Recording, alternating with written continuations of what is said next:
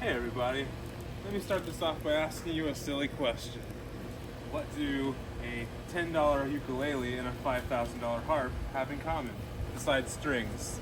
Oh, dang it. Noisy. They can both perform music therapy.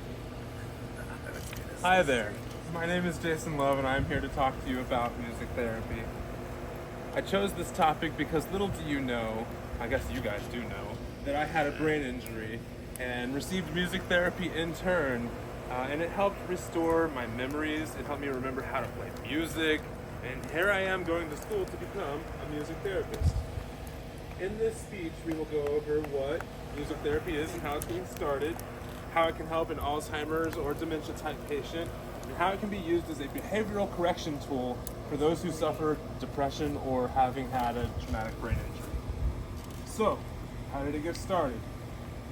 Well, in my article, Mauritian Music Therapy, they say that even though music therapy is not a formal medical clinical therapy, it is still used in psychiatric, educational, geriatric, and neurological regenerative aspects, as well as many other public health domains. They go on to talk about cultural sensitivity, which is the cultural, anthropological, and music ethnological aspects of everything, i.e., what is the person's cultural background, what are their local musical traditions, and they refer to music as an organic sociological system. In other words, which song goes with which patient. That is the music therapist's job, is to figure that out. Because music that the person grew up listening to and they know offhand is so associated with their memories that if they have memory problems like myself, those songs can trigger those memories. And so with all of that being said, how does that help with Alzheimer's or dementia?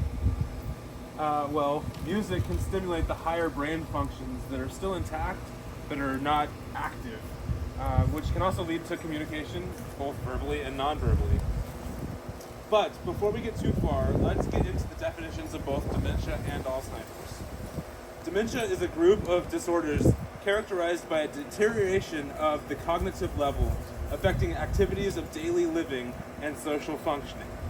Alzheimer's disease is a slowly and progressively degenerative disease that affects memory and mental functionings, but it can also lead to other problems such as confusion, mood swings, and disorientations in time and space. So how does music help alleviate those side effects, those symptoms? Well, even though I had a brain injury and not dementia, I can speak from experience because those songs were so intertwined with my memories that simply hearing the song made me remember the memory that I had associated, the memories associated with that song. Simply hearing it. Poof. Now, that's the mental side of things. How can it help with the daily living tasks, the occupational side of things, your hand-eye coordination? Well, playing music is also a form of therapy. You practicing the instrument, your fingers, your dexterity increases. Your brain works better learning how to control your parts. So, science says that music makes your brain work, but how does it affect your behaviors? How do you use it as a behavioral correction technique?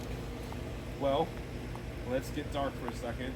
Depression and traumatic brain injuries can lead to very unwanted behaviors and thoughts, such as suicidal tendencies. Let's go back to the first time I mentioned having my experience with music therapy.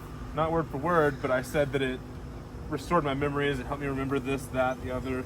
But what it also did is it gave me something else to focus on besides the overwhelming situation that I was dealing with. The thoughts, the learning how to function again, it was too much, but music gave me a safe place.